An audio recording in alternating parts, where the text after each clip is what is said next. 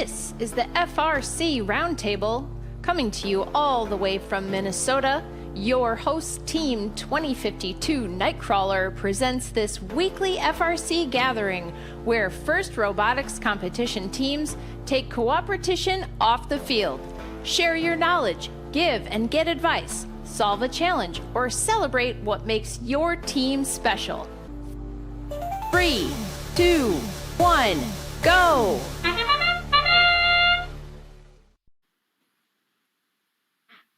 All right, our recording is up and running. Welcome, everybody. Tonight, we have David from Cards is going to lead our conversation about postseason, summer, off-season activities, and how we keep our students engaged, or how do we help engage students be productive. David, the floor is yours. I'll let you take it from there. And there's the bus. There's the Nightcrawler bus. Hi, guys. I was going to say, we do have video of the bus now. They all look like they have energy, so they've probably been sleeping for quite a bit. I guess that's it. I was saying earlier before everybody piled on here that the Nightcrawler Slack thread went crazy today with all the things they want to do over the summer. So maybe someone will chime in with some of that conversation. All right, go ahead, David. The floor is yours. Take it away. All right. Well, with what do we got? We got a fairly small group. I had put together kind of a guided, similar to what Michael had done for those of you that were on last week. But with a smaller group, I actually think it might be easier to have an more open conversation with 13, 14 people.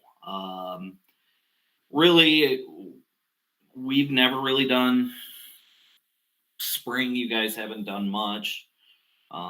They fairly drop off fairly well, and the students want to do more over summer. So I was kind of curious on what teams have done and seen success with, what teams have done and not seen so much success with and learned from. And kind of have an open conversation with everybody to see what useful information we all might get from each other to create a good, productive summer program, or spring and summer program for our students. I do have a few guided questions if we want to go that route. I guess actually with a small group, I wouldn't mind doing a round of introductions as well, since that seemed to work out well. I'm Dave Jackson with 7850 Cards in Coon Rapids. Jaredin is off in the background, my son and one of the members of the team. I'm a first-year mentor of the team.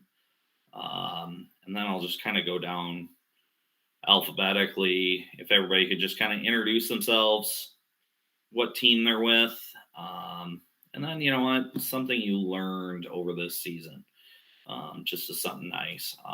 I'd say one of the things I've learned over the season is it is amazing how much self-learning can happen in young students. Eric, if you don't mind. Yes, I'm Eric Schaefer from Talon Robotics. I'm a programming mentor there. I've been mentoring for like 17 years.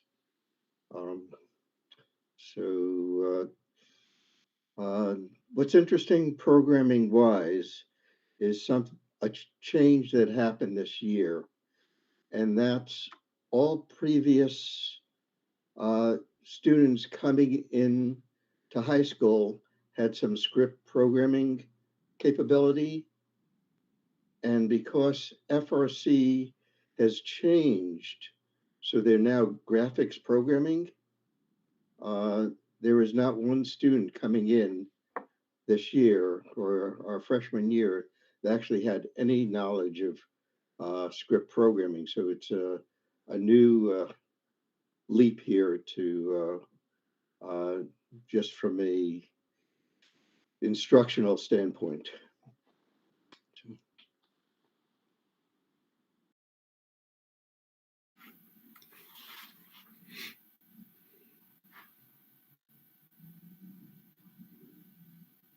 Might help if I unmute myself. Jeremy?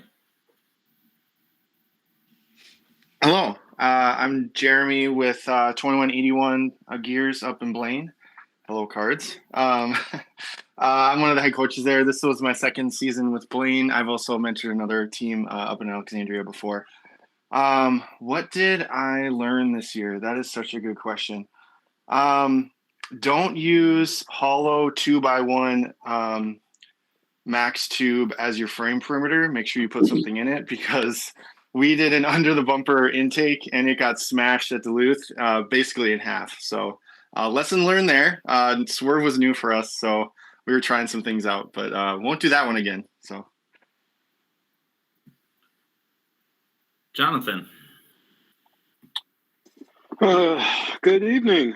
John Stratus with the Robettes. Been with them since the beginning. I'd say biggest learning for me is actually probably about to happen.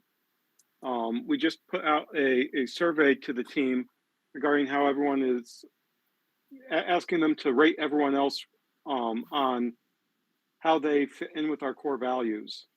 And it's giving some interesting results that we're going to have to figure out how to feed back into the team to improve things for next year.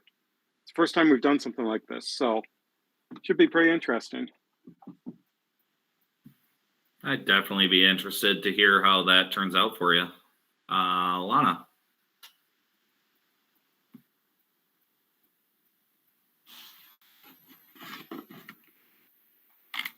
Well, Luna's on the bus, so that's one of the Nightcrawler students. All right. I was going to say, all right. Pixel?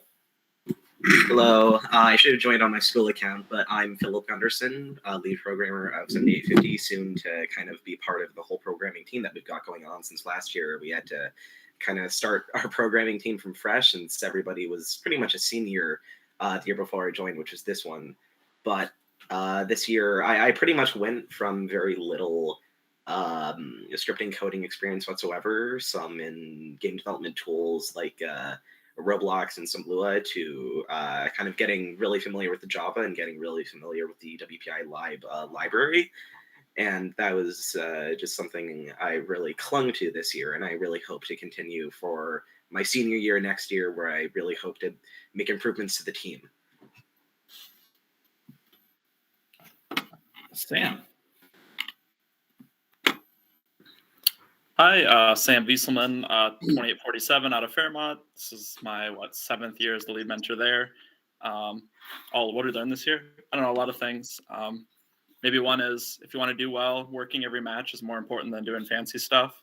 And then on the team culture side, probably, I guess I'm going to throw 2 in, is just be careful where you put your goals. If you put your goals on robot performance, you can have other side effects. So I'd love to talk more about that sometime too. So yeah, that's it for me. Scott, I got a feeling most of the people know who you are, but I'd be curious to know what you learned.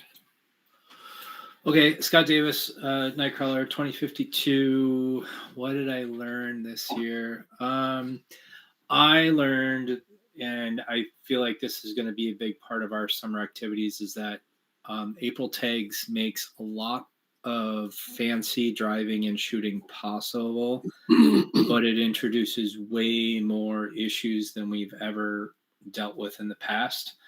And we did not budget time-wise for the amount of effort it was going to take for us to be able to adequately use them.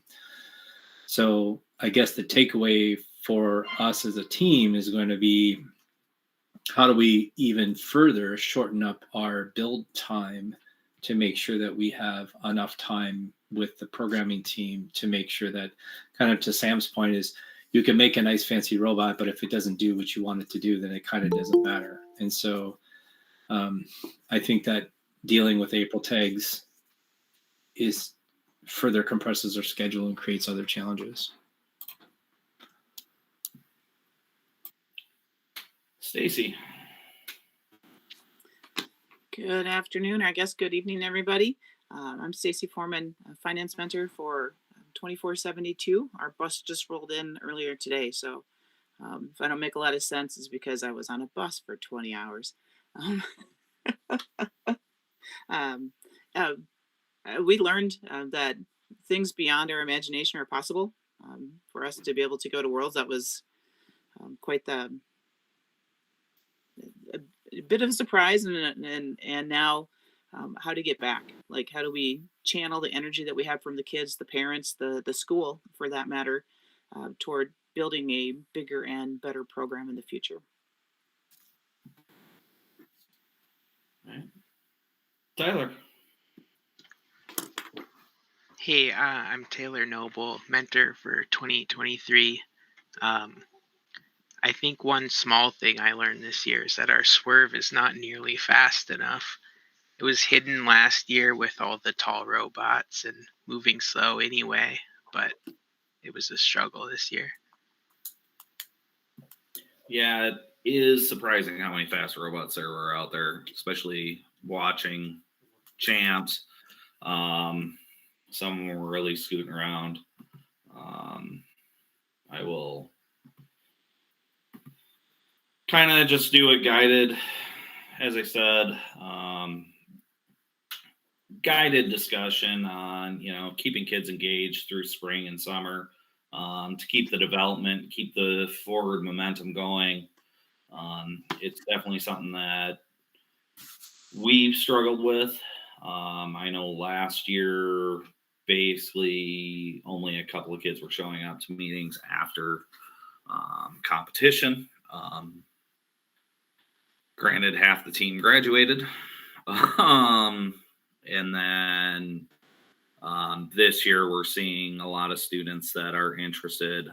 Philip and Jaredon and several others are very interested in doing stuff over summer to keep developing going, to keep forward momentum going. So I guess start off with, what successes have teams seen during spring? Open conversation, just kind of some sub questions. How did you structure it?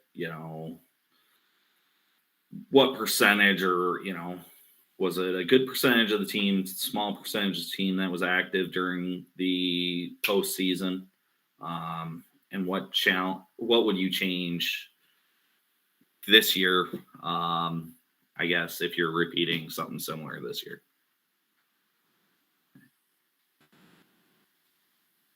Feel free to chime in. I'll go ahead and kick it off. One of the things that we use our summer for is we select our captains for the team at the spring banquet at the end of the season. And so summer is a chance for our new captains to kind of grow into that role, get their feet wet, start putting to their plans in place, which a lot of times that captains come into the role saying, we need to change our training, or we need to improve our training, or we need to do something different. So the summer is a chance for them to start putting in place their plans for the fall when we bring in new students and we have to train them either in code or in tool training or camera, social media posting, things like that. So our students tend to spend a lot of their summer thinking about how they're going to manage their training and working with other students to try to get those plans in place. Some summers one summer we did swerve. That was, we sort of had a rule that we weren't going to do swerve in competition unless we had made it work during the summer. And so summer's a great time if you have a build team and a programming team that wants to add swerve to your team, or in the case of some teams that may have done it this year and struggle with it, summer's a great time to kind of improve that for their team. I feel like there's going to be a couple of students on our team that are going to want to build a turret and practice being able to drive and shoot with the turret. I've heard a lot of rumblings about that throughout the year. And so if we want to be good at that, I think that that's a good summer project. We also have a t-shirt cannon robot that just refuses to not happen in the summer. So we're constantly working on that crazy thing every summer. And I would anticipate there'll be more t-shirt cannon robot work this summer, despite the mentor's wishes that it would just be a single barrel cannon and we don't need a rotating, spinning 6-shooter. But it's a good project. It keeps kids busy, and they want to do it, so we let them do it. So I think two goals for us in the summer is get ready for the fall and give our captains a chance to sort of do that, and then do projects that will help the team in the future. And that's usually trying to do something we've never done before, or trying to improve on something that we struggled with the previous year. Those are our two biggest goals for the summer. And then we also do fundraising and farmers market fundraising and parades and other outreach events as well. Do you guys do any particular set schedule or anything like that? Or is it kind of as stuff comes up? We pick one night a week, and we meet one night a week during the summer. And so that way we have a schedule. The students and the families, they know what night is going to be robotics. And we let the captains decide. So we let our new captains decide that. Some of them already know that I always work on Wednesdays or I always work on Fridays, or, my family's going to be doing certain things these weeks. And so Fridays won't work for me because I'm going to be out of town. So whatever it might be, we let the captains pick the day, and then the mentors, usually somebody can be there.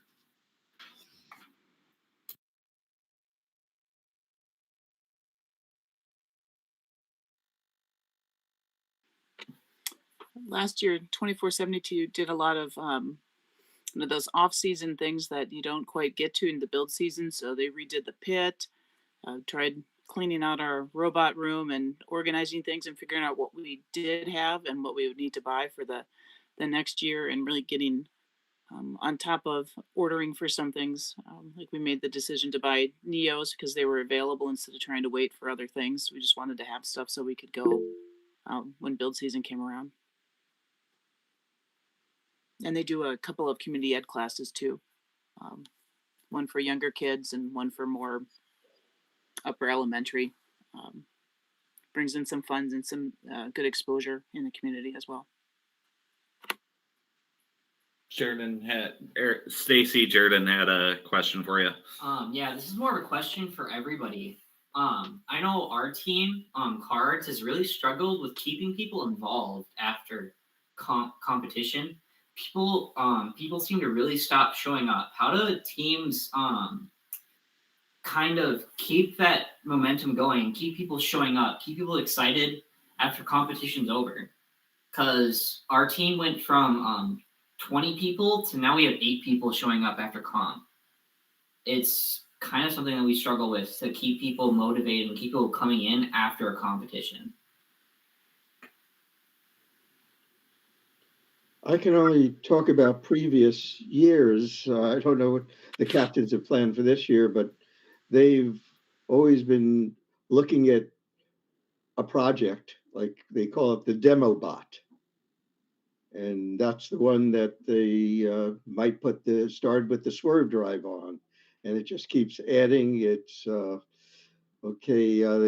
trying to design a turret, they're trying to design a shooter, and all this sort of gets designed and built and played with all summer. So that's something that a project that keeps kids involved. So that's one of the things, is if you have a project going. When do you start that conversation for that project? Does it start way before a competition? Like, we're going to do this after comp to get people involved in it? Or does it start after the competition? Well, this is a summer thing, so it's totally not dependent on competitions at all. It's just a project to get more kids involved in design and hands-on. That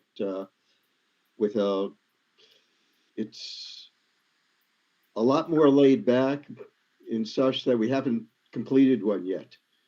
So, Because I know, sorry for I interrupted you. Our team was planning on doing a mini robot this year. It was a quarter scale of 2 years ago design of 2 years ago's game to get people kind of involved in CAD and all of that.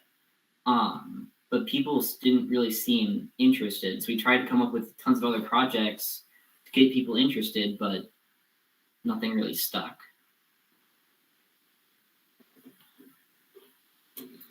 Well, I can give you my piece of advice on getting people to show up.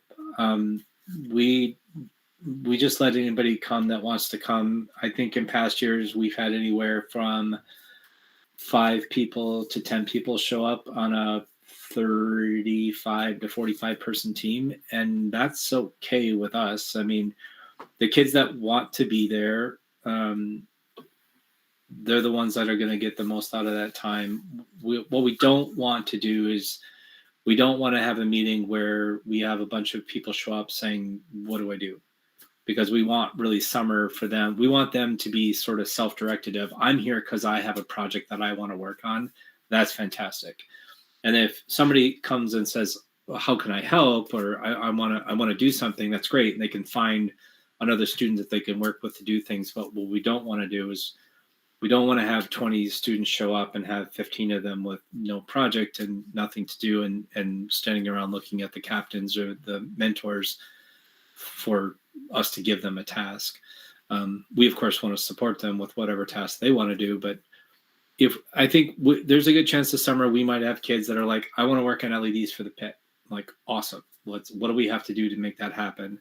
And there'll be robot tasks, and there'll probably be some swerve code tasks and April code tasks, and those students that want to do that will help them get that done. But summer is not a time for us to assign jobs for people that don't want to, they're just showing up without something of their own to do. At least that's the way we approach our summer meetings. Yeah, Scott, we're very similar this past year. When we got into the summer and school was out, we put up a list of everything that we could possibly want to do that summer and accomplish, different projects and such on the whiteboard, and it stayed there the entire summer. And so when people came in, it was what project do you want to work on? Take something off the list, add something to the list if you have a passion, and go for it. But it was more, mentors were just there to assist as needed, not to provide that direction ourselves. Yeah. Are you guys meeting on a regular once a week as well, similar to? Yeah, we were meeting for 3 hours every Monday. Okay. In the summer, and that's been pretty standard for us for a while. Okay. Yeah, so we usually have regular meetings and open rooms when we have mentors. The other thing we have is a large amount of outreach we do during the summer. We go to community July 4th events, and we get a lot of kids involved. From the community, we could get like more than 100 kids actually playing with the robot or running the robots in previous seasons. The other thing is we usually do a summer camp for grade schoolers, and then get a lot of kids involved in a lot of organization that different students are responsible for teaching different things and organize that. Other fundraisers, it's all student decided. Before the end of the season, or before summer, they start putting up what they envision they want to be doing in outreach. And usually we need a single student that is the lead for each. And then it's up to them to organize. The other outreach that I get involved with is with a the IEEE picnic, and we actually give a half-hour presentation with our robot during it. It becomes their main event during the summer for IEEE. And then I always invite a second local school to bring their robot and talk too. So that's another thing we do during the summer. I know other teams have talked about getting involved in summer picnics with other companies. I don't know if anybody wants to talk about that.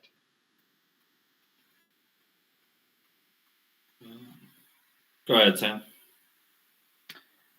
Yeah, I guess I'd say maybe the best advice I have for you is have the students kind of pick projects, or your student leads pick projects that they're interested in, and also try to tie in why it's important for future team success. So try to give them the context. So like for us, the one that we didn't get done was we want to do Swerve one summer, and that was, basically 22 into 23. So saying, this is going to take us to the next level, and the kids are really excited about that. I know this summer we're looking at, similar to like what Scott said, looking at doing a turret potentially. We've never been good at elevators, so we're probably looking at making one of those really good. Potentially a rebuild of our bot to do an off season. And really, I don't know where we're going to land. It's kind of up to our new team captains, but they're going to kind of collect from the team and kind of work through that way. I guess that's kind of my suggestion, I guess, would be get something the kids want to work on, the rest of your teammates want to work on. And then as far as attendance, yeah, that's what we see too. 5 to 10 pretty dedicated students generally. Somewhere between 25% and half the team show up to those in the summer. So, yeah.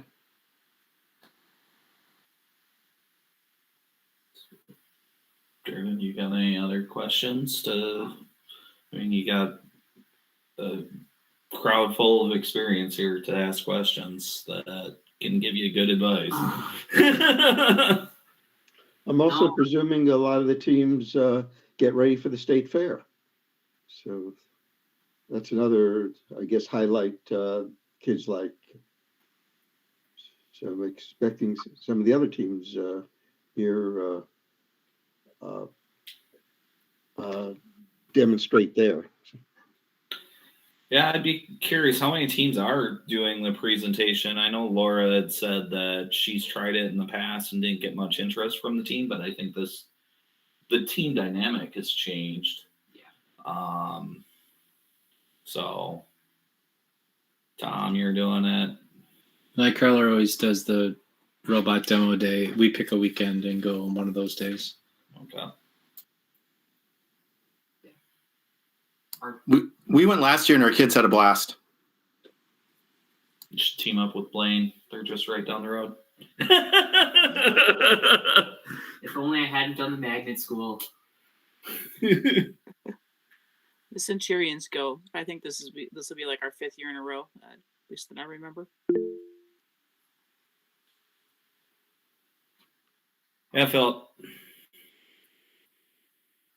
I'm actually not familiar with this robot demo day that we're talking about. If somebody could provide a quick explanation, because this sounds like a really fun thing.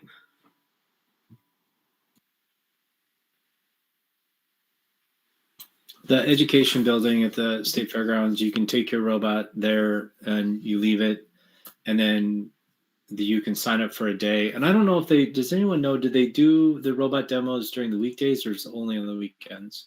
3 every day of the whole fair. Yep. So the whole fair.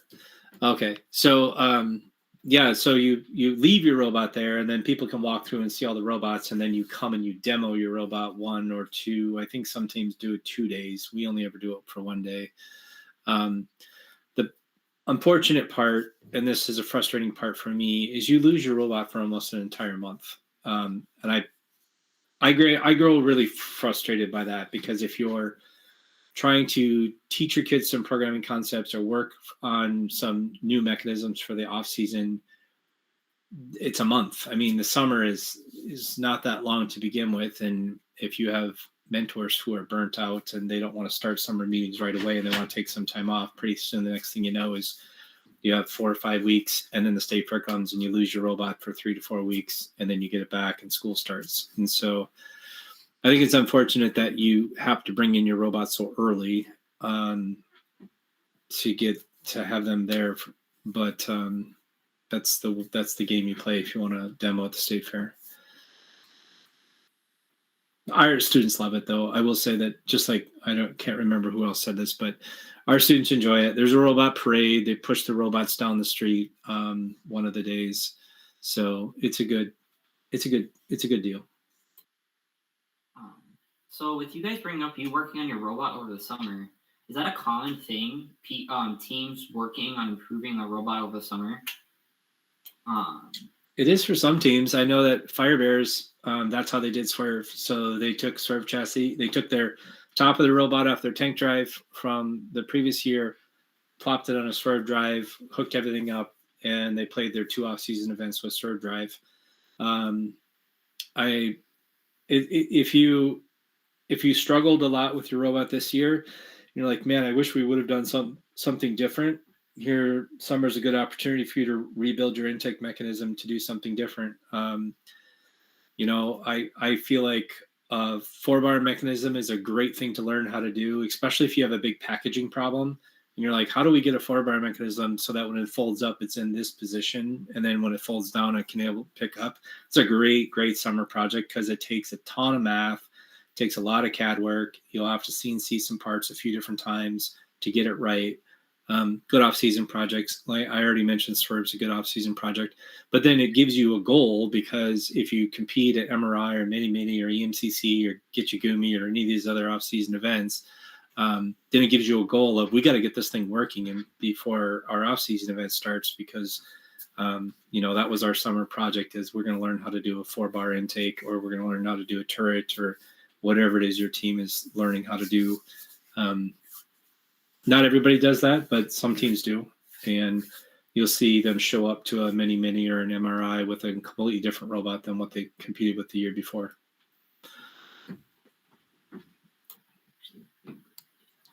Just to add on to that a little bit, we installed beam brakes on our already, because we competed in Duluth RIP and no other ones. So we've had a lot of time. So we were using limit switches in Duluth. Don't use limit switches.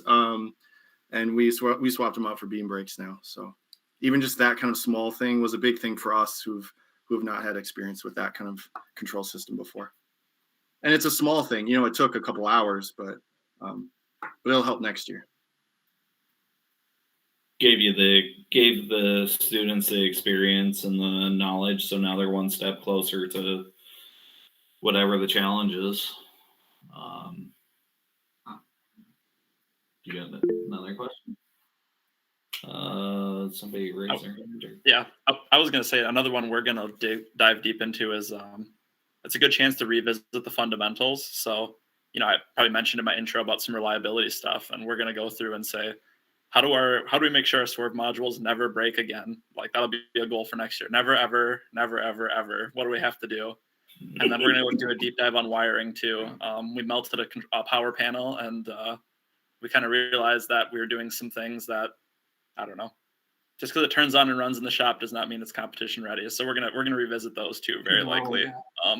And so it's a really good chance to make those things, even document them, so that when it comes time to do it in the season, it's just follow the document. There's a team history, there's some institutional knowledge, and it's not necessarily a relearning thing. And now you just got that one less thing you can fail, and so that's maybe not the perfect thing, but it's something we're working on anyway. Yeah, another project you guys talked about was taking the CTRE off the MK3 or the MK4s and going all rev. Yeah, we wanted the Phoenix encoders and replace it with rev encoders on our CS. So another question I want to ask you guys is, when you do get new people, how do you go about training them on what they want to do? Because our team has really struggled on, we get someone new and they really want to learn coding. How do you guys teach them coding? Or they really want to learn CAD. How do you guys teach them CAD? Sorry, we're getting a little off. No, I mean, this is a good conversation, I think, for everybody.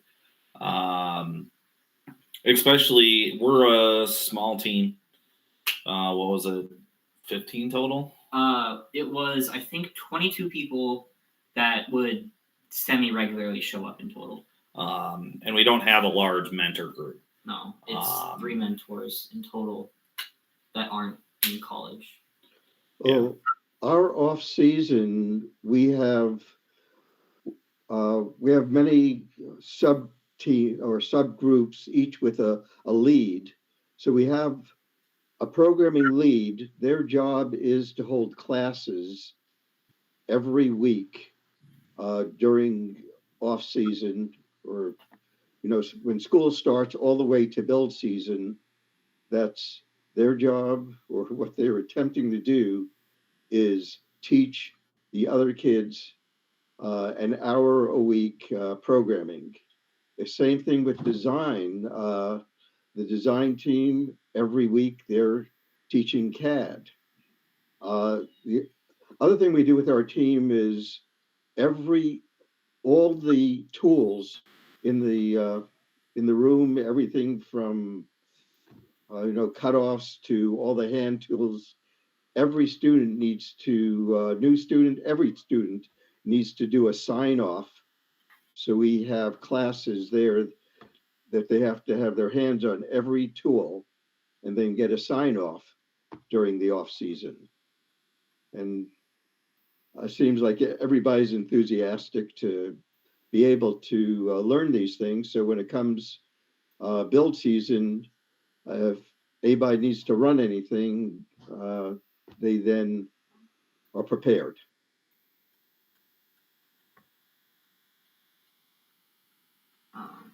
So Jeremy,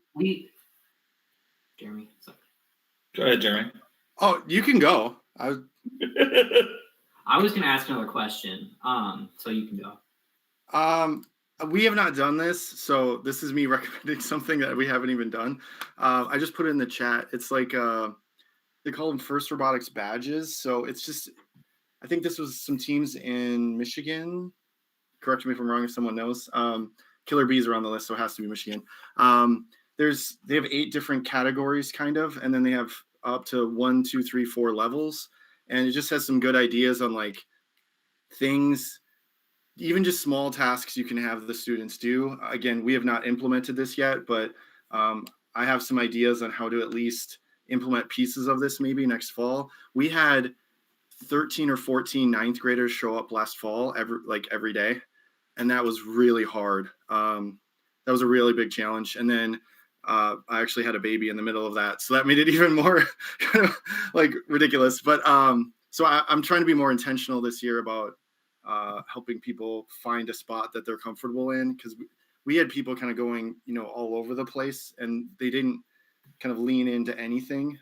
So my hope is a little bit more leaning in with some guidance like these. And for each one, you do have to download it as a zip file, but again, it just has some decent ideas on even just a basic, like, here's a way to get started. So there you go. Who raised their hand? I don't have the queue open. I got the chat. It's me. I was just going to say about programming. The NMRC, our conference, we offer a programming camp in the summer. So we take students, our programmers that are interested, for 2 days at BSU. And so that's how we get them started and introduced.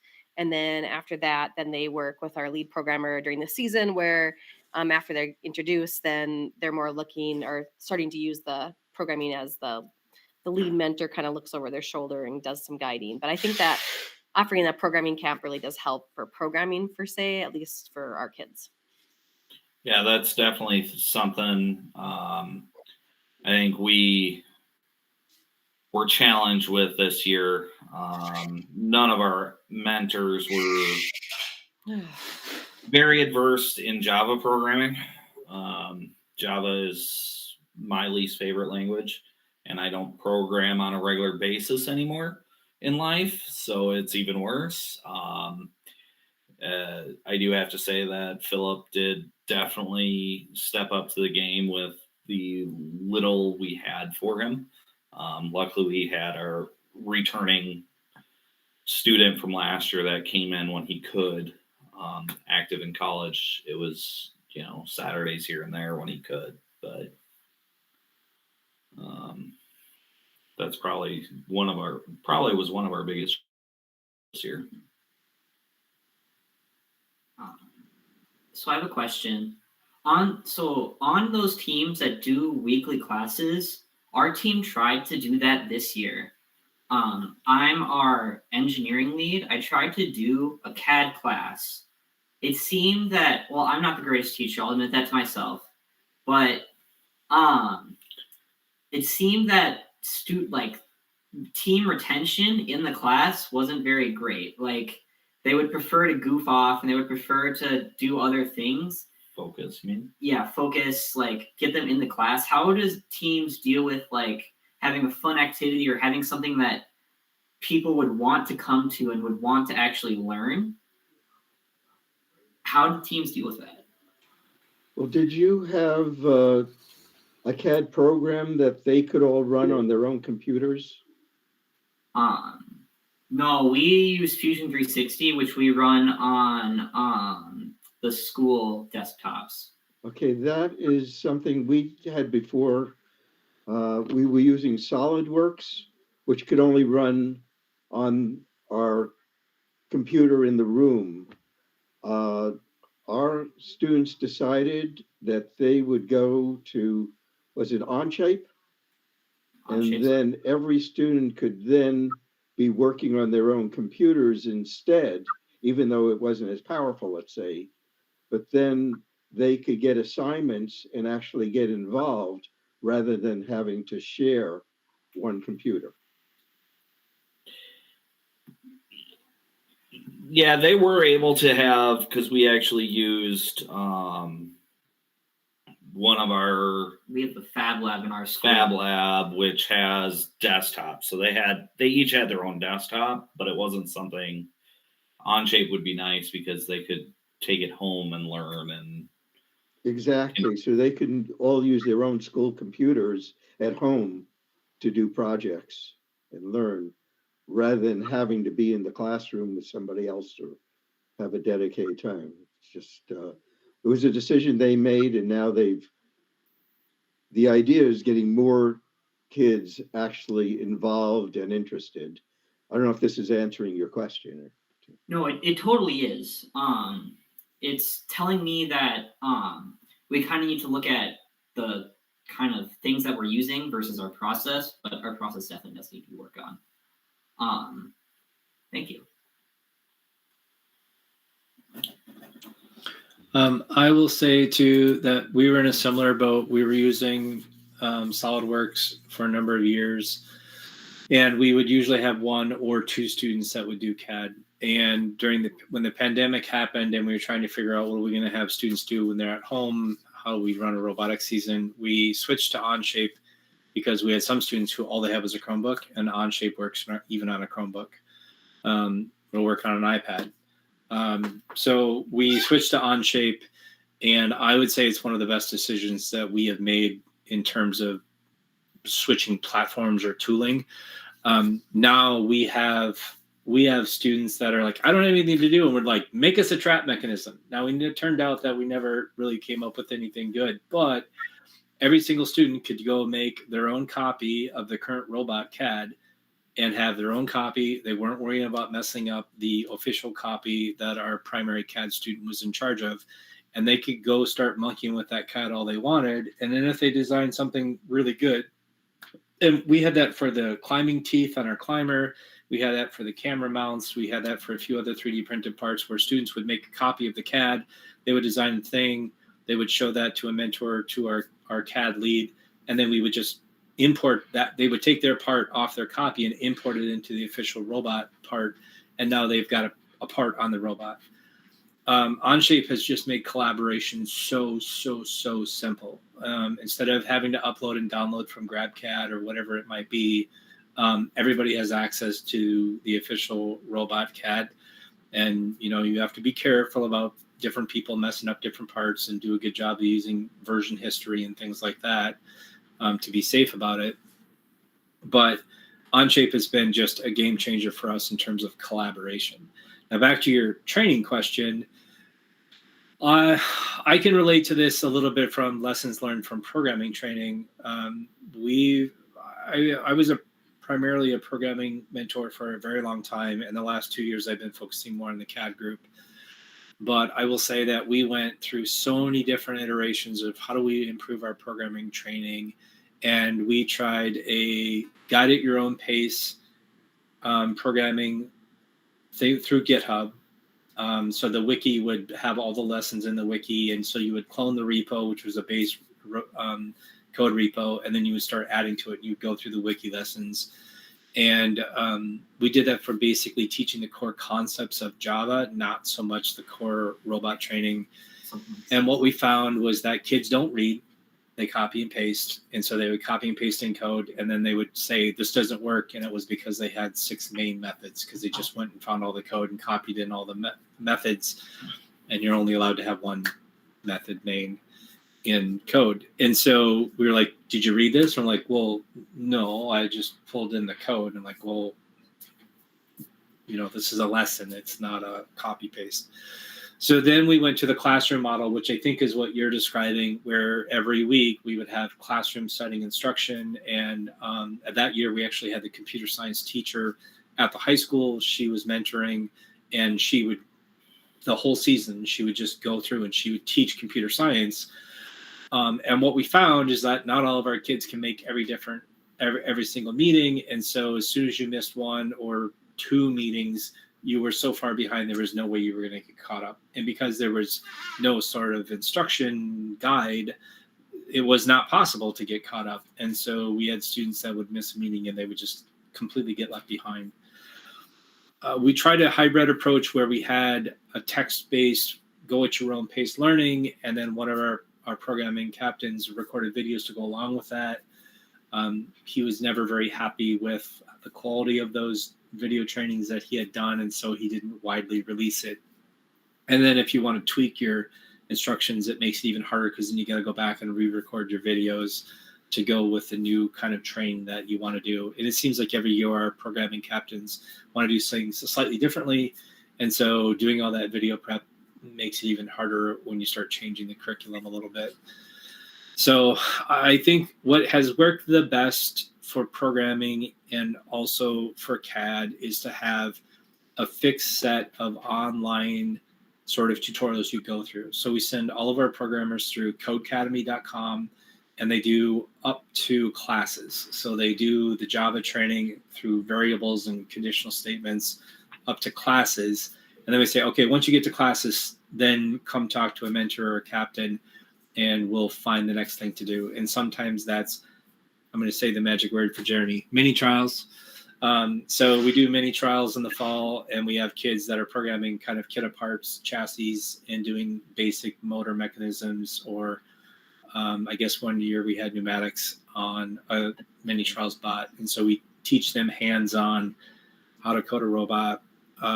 Other times we have Rami robots that we've had limited success with, but could be an option too.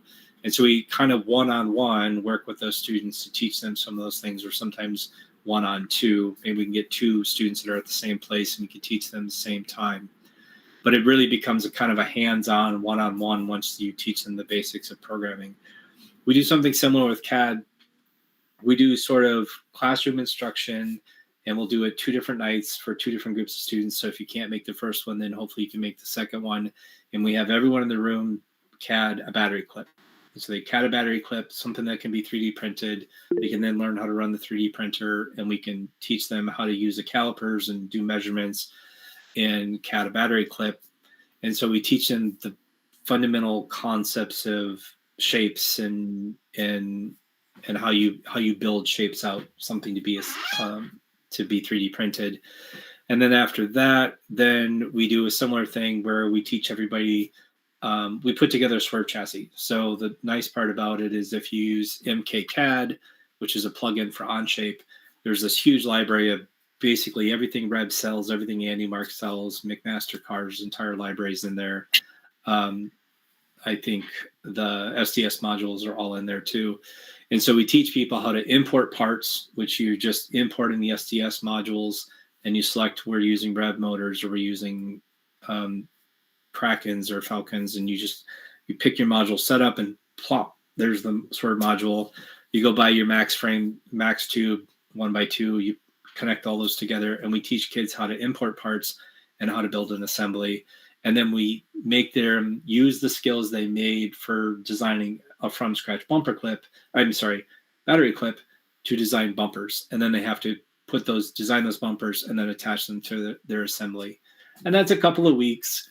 That can largely be done in big groups, but it's also simple enough so that if someone misses a meeting, somebody in the room is probably far enough along that they can help that person figure out how to do all of those steps in CAD. So to summarize, I would say classroom learning only works if you can repeat it, and it's short enough that you can have someone kind of work with them one-on-one to get them caught up.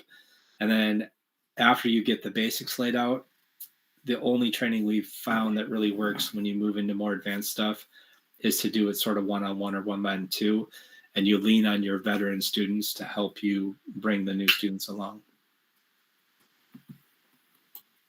Darren? You had something? Oh. I mentioned before we had a lot of ninth graders, and we tried to do some classroom type of stuff in the fall. I would say most of it did not stick. And then we opted in to the Kitbot this year. And the second they started taking parts that they felt like actually mattered, everyone flipped. Like the whole thing changed on kickoff, partly because they felt like they had a purpose. And I'm super excited. I hope that mini trials happens this year, but I'm super excited for something like that, which is a low stakes FRC game. But it's just really, really engaged both the leadership of the students, where adults try and stay as much hands off as humanly possible, and have the returning students do a lot of the teaching, or as much as possible. And then have the newer students do something that they feel like matters. I think that was the part we struggled with the most in the fall, was the mattering.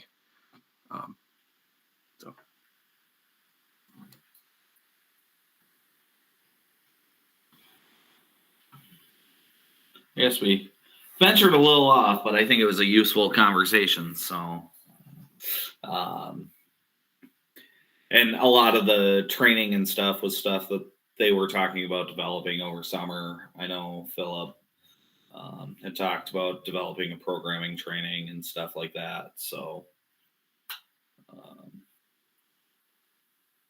I just kind of wanted to, because we haven't had great success, figure out how to make it semi-successful for them. Sorry for leading us off course. Oh, it's fine. I think it was well worth the conversation. And from the Code Academy, is there any specific courses that you're looking at that you recommend? For Nightcrawler, we send them to the Java training, and I don't remember what lesson it stops at, but we basically send them up to classes, and then we stop at classes. We don't go into, inheritance or polymorphism or any of that stuff.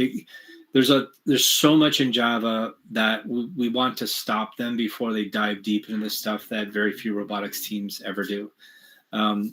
We do use inheritance. We do use interfaces. Sometimes we use singletons. You have to go so deep in the Java curriculum to hit those things. We usually stop them. All we really want out of the Code Academy is variables, control flow, which are, if statements and case statements. Some scoping. I think private versus public is probably covered in those early stages there. And then classes. There's probably a few other things that are along the way that are helpful. And realistically, you don't use loops. I mean, you almost never use loops in FRC programming. If you're doing some fancy autonomous code, maybe you're having an array of objects that you're looping through, or your vision processing might send you an array of objects it detected. But it's ironic that very few times you actually ever code a for loop or a while loop in FRC, because you're using the state machines, the game loop or the recurrence loop or whatever you call that. So we don't send them very deep, actually. Once they understand classes and methods, that's kind of where we tell them to stop, and then we shift over to something else related more to FRC.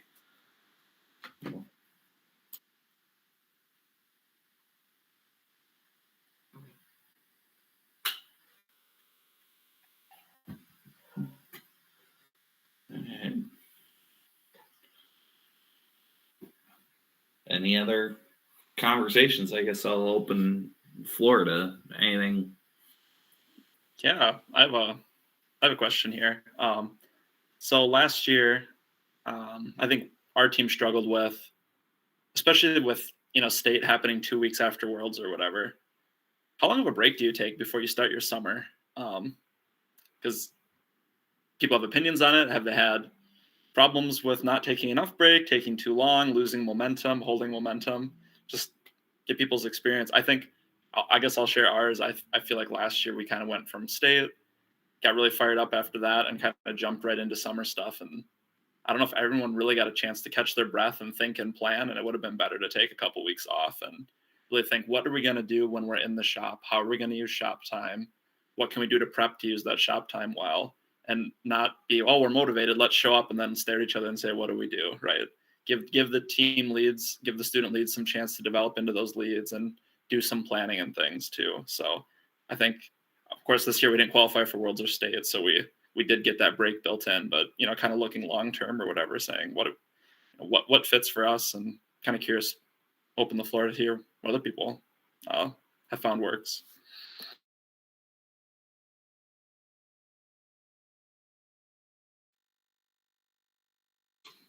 I will say that Nightcrawler, when I joined the team, had a rule that we took a month off. That turned out not to be very realistic in recent years.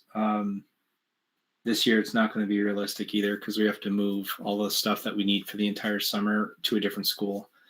So that's going to be sort of an interesting challenge of getting our shop cleaned up and organized, and then inventorying what we need to take to a new school to do all of our summer demos, all of our outreach, all of our fundraising. It's going to be a lot of stuff. And the students are talking about, if they want to do a build mechanism, then we got to take all of our raw materials, all of our polycarbonate aluminum with us. It could be a big challenge. And then we have parades that end up coming up pretty soon too, so we can't really take a whole month off. We end up robbing a lot of motors off old robots that we use in demos and parades, and we got to get those things put back together before our demos come up. So I don't know. I think that if we can take time off by June 1st, that will be as good of a break as we're going to get this year. We'll probably end up starting up early June, I would think, this year. I will say, though, that you made a comment about with Champs and State being so close together. Last year, our students came back from Champs and they were completely wiped out. Well, a dozen of them had COVID, but we came back and we got nothing done. We basically got nothing done between Champs and State. And it was in my opinion, it was a big problem, because you kind of want to use momentum from Champs to go into State. In reality, Champs sucked all the life out of our students, and I don't know that that's going to happen this year. And I hope our robot's not terribly broken and we don't have to fix a lot of stuff. But it'll be interesting to see if this year is the same as last year, where we kind of limp into State, or if the kids are fired up and they come back from Champs with all these ideas of things they want to try to get done in the next week and a half.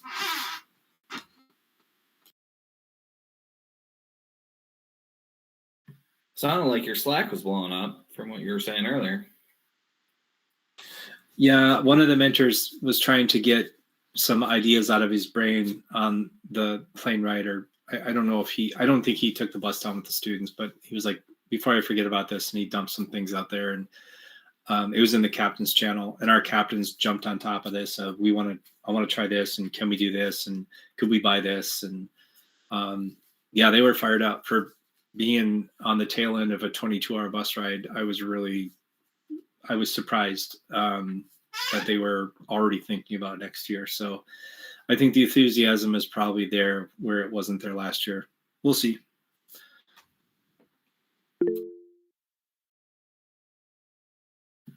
Go ahead, Natasha. Yeah, I was just, since we're on whatever we want to talk about, I wanted to go back to what Jeremy was saying, why you said do not use limit switches and only use the beam brakes. Is there some advice you have behind that? We use limit switches with the notes this year, and we broke, I think, 3 or 4 limit switches at Duluth with notes coming in. We also probably didn't place them right. I meant that kind of as a joke, but for us, the physical limit switch was not working this year. So I get you. So you were saying for the notes, which I was wondering what Correct. if it's specific. Yeah. And we use the beam brake for notes, but use limit switches for our climbers. So that's why I was just kind of, okay. right, totally, yeah. I was kind of making an inside joke, even though nobody here gets it. But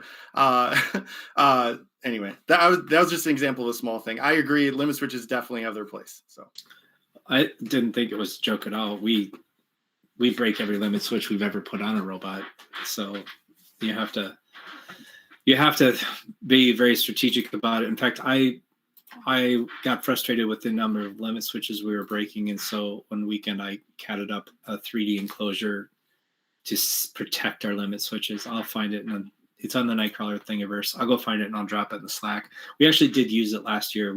I catted it up and showed the students, and then it sat in a drawer for 2 years. And then one of the students pulled it out and said, "Let's use this." And we actually did use it as a safety switch a couple of years ago, or 2 years ago. We used the Rev magnetic limit switches this year and liked them a lot. You can keep them out of the way so they don't break when stuff comes slamming down, and worked well for us.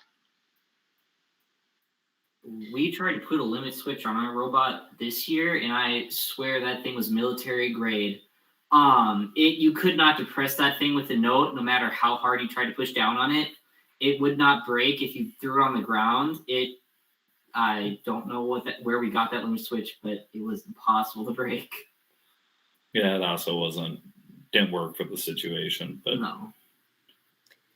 And then I just had another question. It's been, I think, 6 years or so since we've been to state.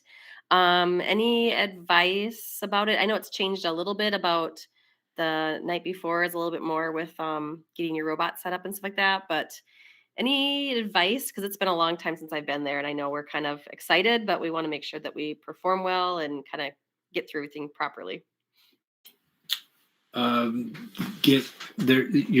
It goes really fast, so you're not going to have a lot of practice field. There might not even be a practice field that's worth using. It'll probably be the same. Well, the practice field will only.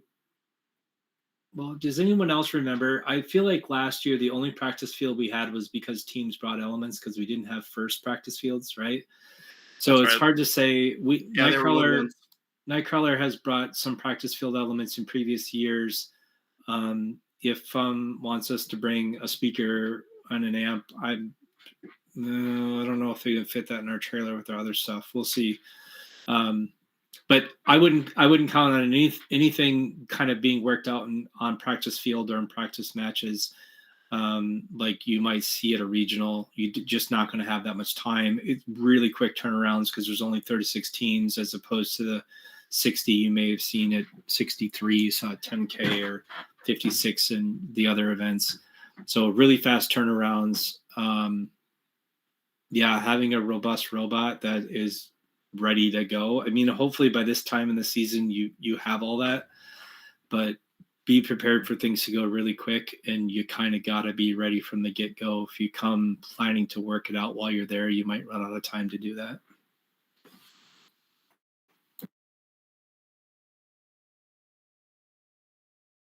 Yeah, that's all I have too. Fast turnaround, fast. I mean, I swear our closest ones, it was like off the field and back on the field within 30 minutes or something. I mean, depending on how the schedule randomness goes. The other thing is, remember only 12 teams play in playoffs. So, I mean, there will be regional finalists and maybe even champions that are not playing in playoffs. And so don't feel bad about that. It's just the way the cookie crumbles. And I know our first time there, it kind of amazed us, like, holy cow, all these teams are going home. But that's just, yeah, how it is. Yeah, and with quick turnarounds too, I don't know what your battery situation is, but I always worry about younger team or lower resource teams that are at state who might only have 4 or 5 batteries and 1 charger. So if you find yourself in that situation, see if you can borrow a charger from another team or even borrow batteries from a team that isn't going to state, so that you make sure you have enough batteries to get through the day and get through playoffs.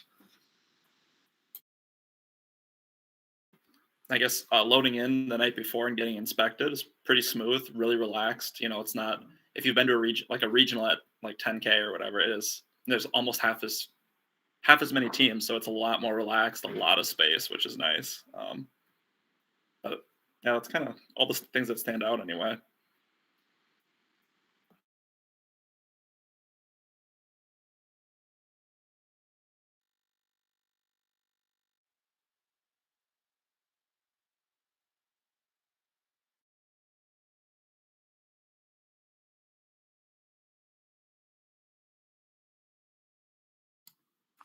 I was just going to say something to Sam's question about a break. I think it depends on the students, and it depends on how they viewed the year as well.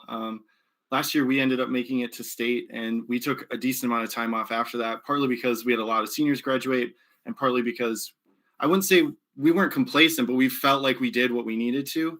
And this year, we didn't feel that way when we left Duluth. We felt like we left a lot on the table. And our kids are just like super motivated. I mean, they want to meet twice a week, and I'm saying one, so I just think it depends. And you can always pare it back to 1 a week, or, take a week off here and there just to give the time that you need. But if the boulder's moving, I'm moving with it. That's the way I usually view it. So.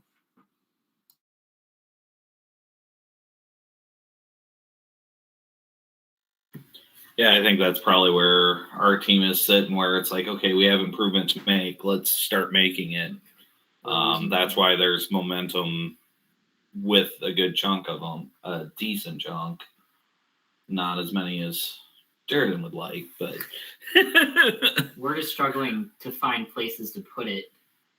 Yeah. And I think the teams that have a lot of excitement and momentum, I mean, there are things that you can do between meetings, right? Especially if you're using Onshape, you can be working on things to 3D print or model, or and then you use your meeting time to go over things and talk about, even if you didn't change your robot, saying, what if we put a turret on our robot? How would we even design a turret for our robot for this year's competition? In thinking that, what if we wanted it for mini or MRI or EMCC or any of the other events? How would we do that? I think this is a fantastic exercise for your programmers. I'll just keep going back to April tags all day long, because I think it was our biggest weakness. Was how are we going to do? What if we put on multiple cameras? Let's go find other teams' code. How are they filtering through multiple cameras? How are they using their what are they using for their filtering technique for updating their odometry? How to decide if a tag is a good tag or a bad tag? I think there's lots of things to do there. Our students really wish we'd have gotten to object detection. We didn't do any object detection, but I mean, I would love to give my kids the resources this summer to be able to say, turn the robot on, turn on auto, and just have it hunt and seek down every note that's on the carpet, pick it up and score it. No paths. It's just got to drive to the note, pick it up and score it. If my students could figure out how to do that, holy cow, they would learn a whole bunch of stuff this summer. I don't think that's a realistic auto to actually run in a competition, but that would be a ton of good learning. And it's going to take a lot of research to learn how to do that, and certainly something that would work between meetings over the summer. I was going to say, it would definitely be a learning opportunity. I will say one thing I've noticed our team struggles with, just from like a captain's perspective, is getting people to work on robotics outside of robotics. And I understand that we can't expect everyone to do it. Like robotics, it already takes up so much of your time. Why would you spend a lot of your time outside of robotics?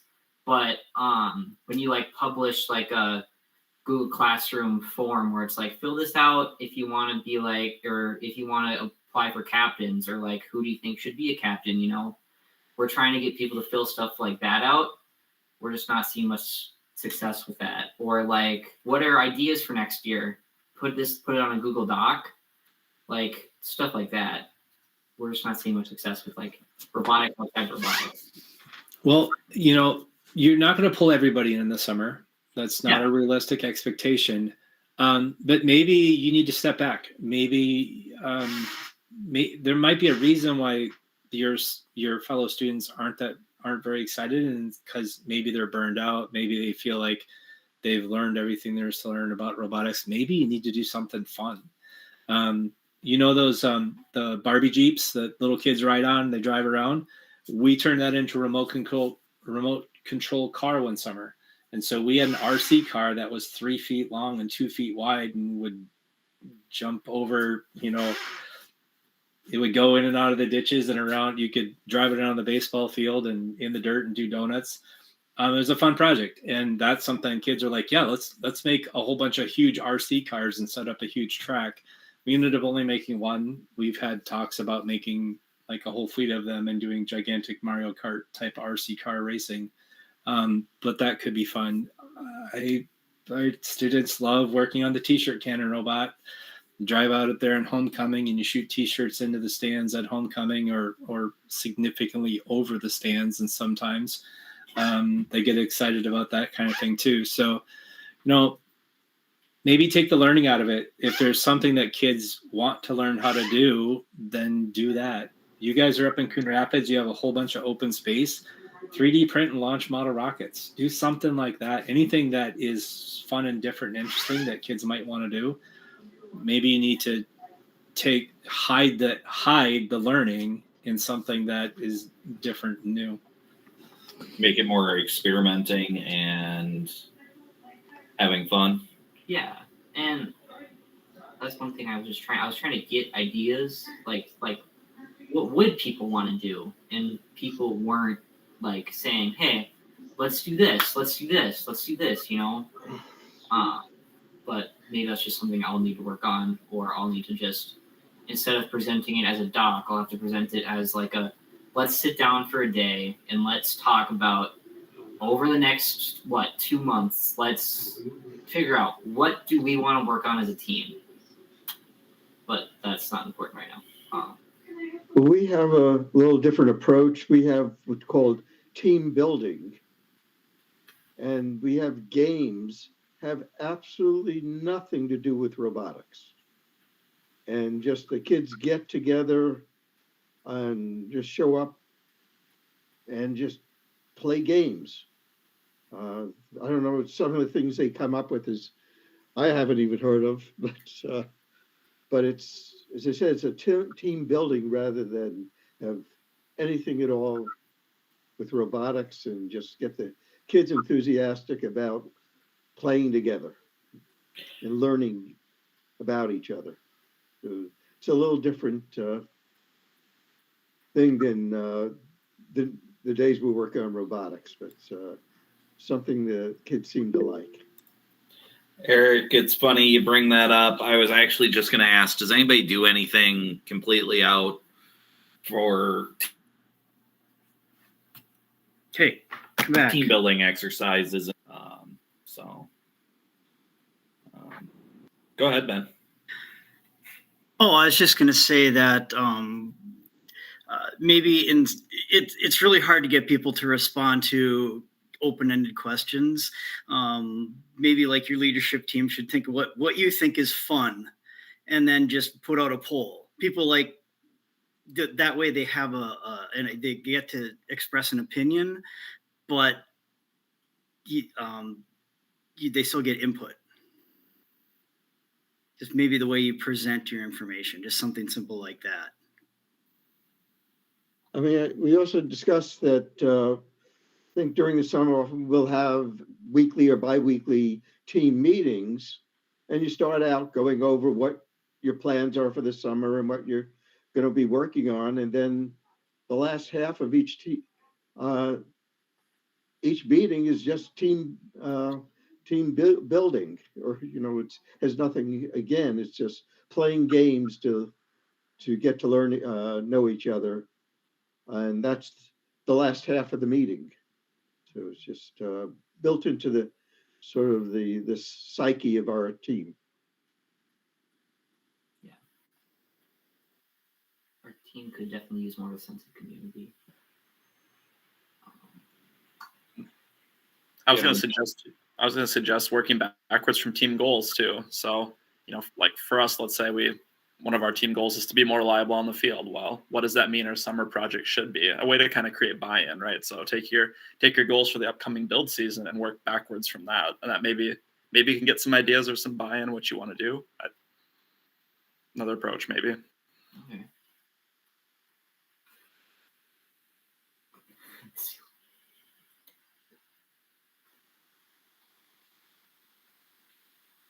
I'll definitely.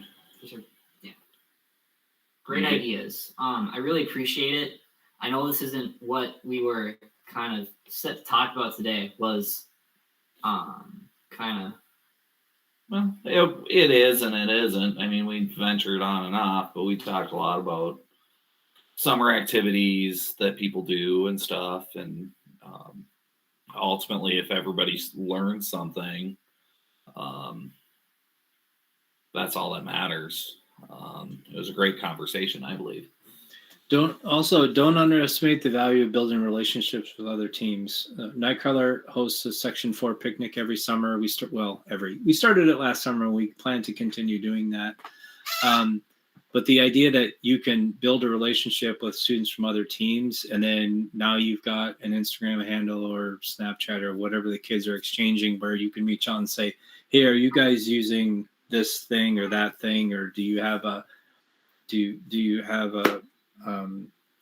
Limelight 3, and how are you getting your pipelines configured?" Whatever it might be, it's great when students can do that, and it's not the mentors reaching out to other mentors saying, "Hey, can we come over and get some help?" But the students are actually initiating that. That's a great way to get kids engaged and dig deeper into that community and keep them, interested. So finding another team that's close by and trying to do something over the summer could also be a great way to get students involved when it's not just meeting up and putting two pieces of aluminum together with rivets. All right, Jeremy, what do you want to plan this summer? I was gonna say there are no teams close to you, so Get together with Andover and Blaine. I don't know. I drive past your school, 50 times a week, probably. That's 10 a day. I don't know. I know. I was being sarcastic to the math teacher there. Gotcha. Sorry. No, that's not 10 a day. 50 divided by 7 is not 10. Okay, he was going with a word week. Fairly regularly. I've driven past it a few times this weekend. We'll put it that way. Does anybody? I had one question. I don't think we're going to do an off-season event this year because I think that's a little too ambitious even for me. Is there a time of year that teams want another one? Like this year, Roseville's at the end of September, Gitchagumi is in July, Woodbury's at the beginning of November, and then Prior Lake's at the end of November. Like, I don't know if anybody has an opinion, but even just planning out not for this fall, but 2025, is there a gap somewhere in there or a different or whatever that people feel like would be doable or no? I think it's getting really hard because I love, here's the magic word, mini trials so much that I don't want to take away from our mini trials experience. And then when you throw in one or even two off-season competitions, then you build distraction into that, where instead of working in your mini trials robots, you have to take a break and all your students get driver practice for mini or for MRI or we did mini MRI and EMCC last year because mini didn't fit into our schedule. And now with MRI being the end of September, which is traditionally when we would bring in new students. And so I think this year, our very first week, I think the next week was, or the end of that week was Saturday was MRI and so it got really, so we were starting to talk about, we're going to have to start bringing kids in the week after school starts in order to get squeezing all this stuff. So I don't know, I don't think I want another one anywhere. I have a hard enough time trying to handle how we're going to schedule with two. Ultimately, that'll be up to our captains to decide what they want to do and how they want to do it. But we've already started having those discussions because Fire Bears let us know that MRI was going to be really early. And so our captains have already had discussions about how are we going to do this next year and when are we going to have new students join the team. Is summer off limits? I know other big ones are in the summer. Is that like, I don't know. Again, this is all hypothetical. Like I'm just trying to, even for the small group of people here, gauge any kind of interest, or if it's just not even worth the time.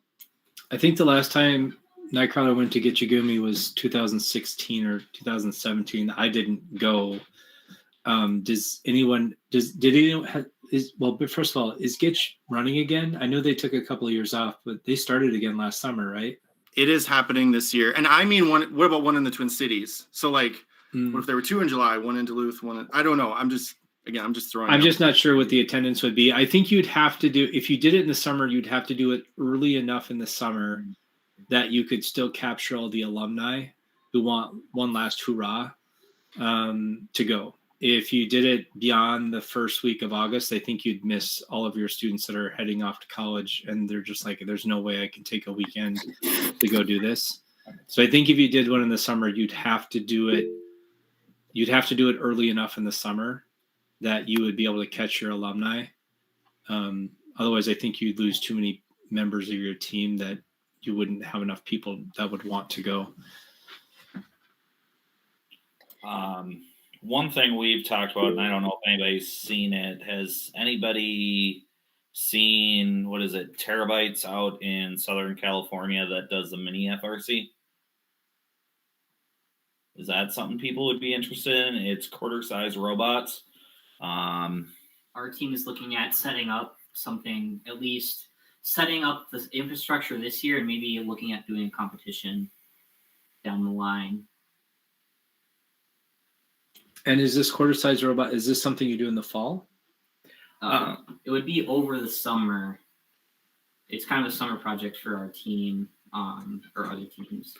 I believe Terabytes does it as a fall thing. And literally you could probably, some of the smaller teams could do 3 robots.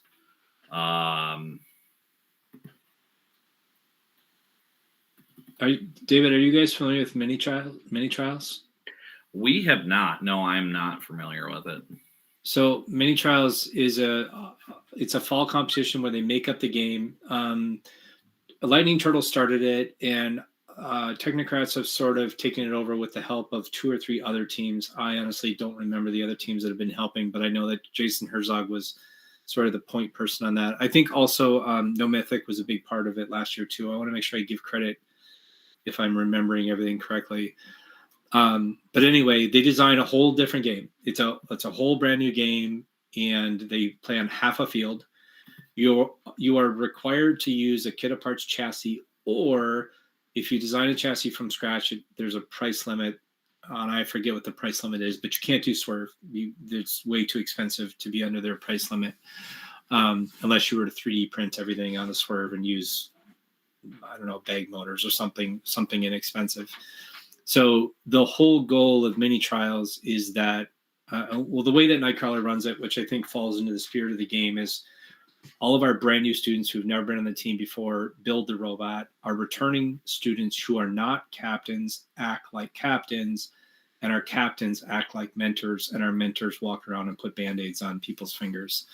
And so the whole goal is that you elevate all your students in their roles, and you put brand new students who are the ones that are putting the robots together. 2 years ago was our first time we built 2 robots, and we had our programming captains do the code, because we didn't have any students that had gotten anywhere close to being competent enough in code to program the robots. This year, we did a better job of that, and we actually had brand new students also writing code for the robots. And it was great for training. It was great for training for everything. In fact, our students love it so much. So like, we absolutely have to do this every year. Our students are way more engaged in the fall because they're actually building real robots and not putting together some test part that we use for tool training, but they're building real robots. It's all hands-on. And then our programmers got through training way, way quicker. We had to restructure our training so that our students could do robot code sooner. But they were much more competent. Our brand new programmers were much more competent by January 1st than they had been in previous years. So it sounds like it's very similar to what you're talking about, but this runs in the fall. The game is released usually the first or second week of September. They release the game manual, and then the competition is usually the week before winter break. That sounds really interesting. Yeah, I've never heard about that for our team. How would we get involved? Is that just like you individually make your own robots and compete with them on your own? Well, you make them as a team. You will hear about it a lot in the fall on the Sunday night calls, because we end up last year, actually, Jason hosted the official Q&A on the Sunday night roundtable for mini trials. So if you keep up with the Sunday night calls, it won't be hard to learn about it. But if I go to Chief Delphi, while I'm looking this up, Natasha, you've had your hand up for a while. Why don't you go ahead and then I'll go find the old game. Well, I was just going to talk about the NMRC Open. There was a question about how full was it this last fall, but we didn't offer it this last fall because it was in Babbitt, and Babbitt was such a long distance to go that we didn't offer it. But it's in Bemidji this coming fall, and I put the sign up in the chat.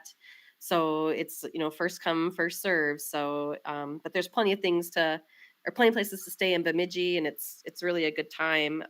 We're excited about it. And then the STEM Alliance is run by Rory Held, and I did reach out to Rory, I think it was a week or two ago, but I knew he was super busy getting ready for champs. I do know that they're planning on having it again. I just don't know the time frame, but it's usually mid to early August. And that's another real fun one. It's very low key. It's out at the Fargo Fairgrounds, and it's a fun time. So, and it's a great place to get your new kids to just test something out real quickly, for the day, or if you have to spend the night. We tested out new driver. We let everybody drive the robot when we were there so that they could all get their hands on the controls and see what it's like. And all the teams are easy to get along with, and nobody feels like that super, crazy pressure that you might feel in more of a, even though it's a competition, it's a very low key and it's lots of fun.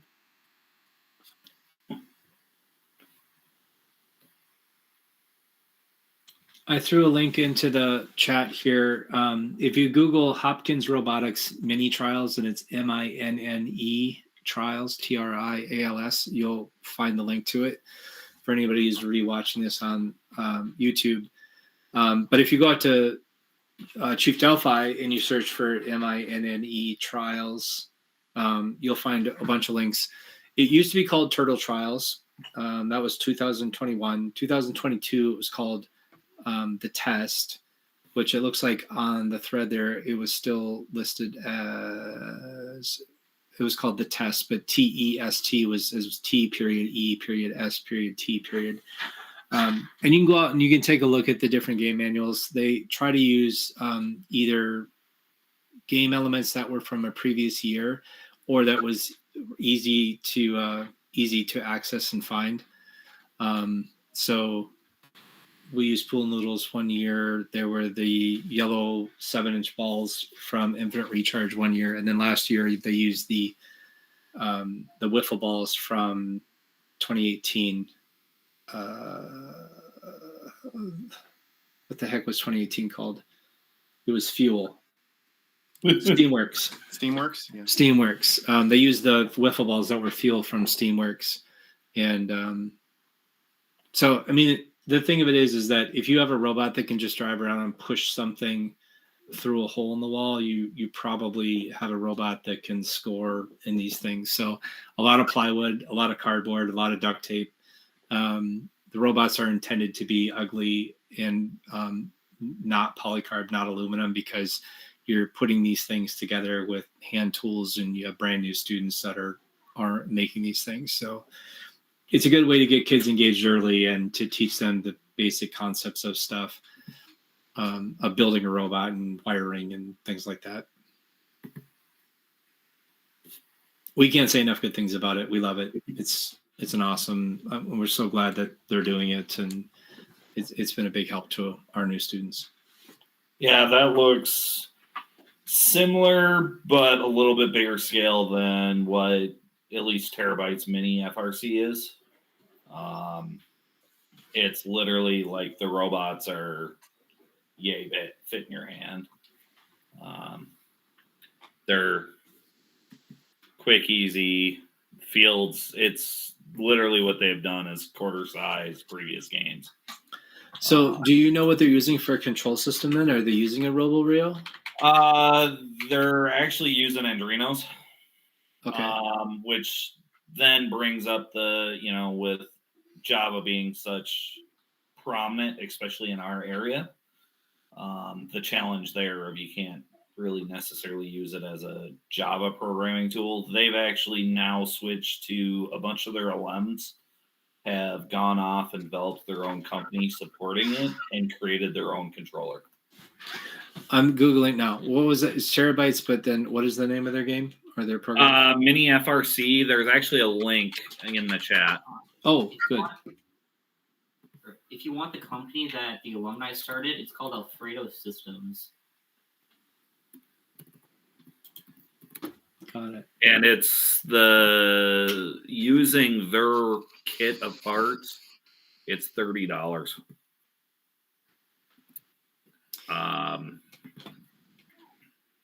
Yeah, I might have to take a look at this. We've been trying to build RAMI robots that teach, because with the RAMI you can do command-based programming in Java. It's the WPI lib analog. So you could actually teach command-based programming. The tricky part about that with the RAMI is that you can only run 5 things. So you've got your 2 drive wheels, but then you can either run a combination of 5 things, which are either servos, or they do have PWM, but they have the PWM is the type of PWM where you have to run a PWM signal like an FRC, like a Jaguar or a Talon or something like that, where once you cross the halfway mark on your PWM, it goes in reverse. And no RC car PWM controllers work that way. So if you want to go to Amazon and buy a $3 PWM controller, you can only you have to use up 2 of your PWM slots, one for forward and one for reverse, which now suddenly you're only using, maybe 1 servo and 2 motors. So that's not super helpful when you're trying to teach kids how to run mechanisms, and it turns out that it's really hard to do. So it'd be really nice if you had a Raspberry Pi or an Arduino where you've got 10 or 15 PWM pins on your Arduino and you had access to all of them. But then now you're not doing Java, you're doing C++. And so it's tricky because you want to have a platform for training, but then the platform you really want to be as an analog to what real FRC is. Yeah, if you do run a Raspberry Pi, you can. If you do run a Raspberry Pi, you can run Java. Yeah, but the goal is you want to do command-based programming so that your kids are building subsystems and they're building commands, and you need a looper. And so a smart developer could build all that stuff and build the platform, someone still needs to do it. Yeah. But cool. I mean, I like this a lot. I mean, anything that we can do to get people writing code. I mean, code is code. Once you learn how to write code is code. It's getting past that first step of become a proficient programmer that's tricky. Yeah, no, we ran across this and it's like, this would be kind of a cool thing. Low investment, literally Yeah. Small teams could have 3 or 4 teams and have 3 students to a team, learn all aspects. So. Well, the other thing about this that triggers my interest here is that we put on demos with a lot of elementary schools, and to be able to bring 5 or 6 of these robots that are all programmed a little bit differently, and you create a game. Maybe you're doing something with ping pong balls, which is what we're doing with the Ramis or wiffle ball golf balls. To be able to throw a controller into a second grader's hands and say, okay, go see how many balls you can score. That's awesome. That's a great outreach activity. It's a great outreach event. It really gets elementary and middle schoolers excited about robotics. So as much as this could be a way for FRC teams to compete in the off season, I see it as a big opportunity for building an outreach bucket of robots. Yeah, no, I never thought about it that way, but that's a very good point about it. I mean, you could do summer camps with this. There's lots of things you could do with this type of thing. All right, we're reaching the end of our time. Does anyone have anything they want to wrap up here? There has to be. So, all right. Well, thank you David, again, Nightcrawlers. Thank you. So, David, thank you for bringing up this topic. I feel like this was a good topic. This will be a great rewatch on YouTube for teams too, thinking about what to do over the summer or looking for advice on ways they can improve. I think this is a very timely and very informative topic. So thank you for hosting this discussion. All right. Thank you, everybody, for participating in the discussion. So next week, I just had it up. Darn it. What did I do with next week's? Here it is. Rasmus, who is a frequent attendee of the roundtable from No Mythic, right? I'm pretty sure he's No Mythic. He's going to give a talk or lead a discussion about how to build a robust, reliable, and maintainable robot. Yeah, No Mythic. So No Mythic is going to share what they've learned over the past few years about building robots that don't fall apart or break at competitions. So that should be a very good discussion, especially coming out of this year where everybody got broken. So look forward to that next week. Taylor, we should make sure we join that one. Everybody should join that one. We should Phil and Jared join that one. I'll have to send out the email on Thursday next week so that it gives ample time for everyone to forward it to all their friend teams and say, you guys have to be on this call. Yeah. All right. Once again, thank you very much. I know that the sign up form that's out there right now is completely full through the end of April. I have just created a new form for May. I will get that linked on the website. So there will be 4 spots available for May for people to sign up to host a topic. And then we'll have to see what the appetite is for people who may want to go beyond May. But anyway, I'll see everybody next week. Have a good one. Scott.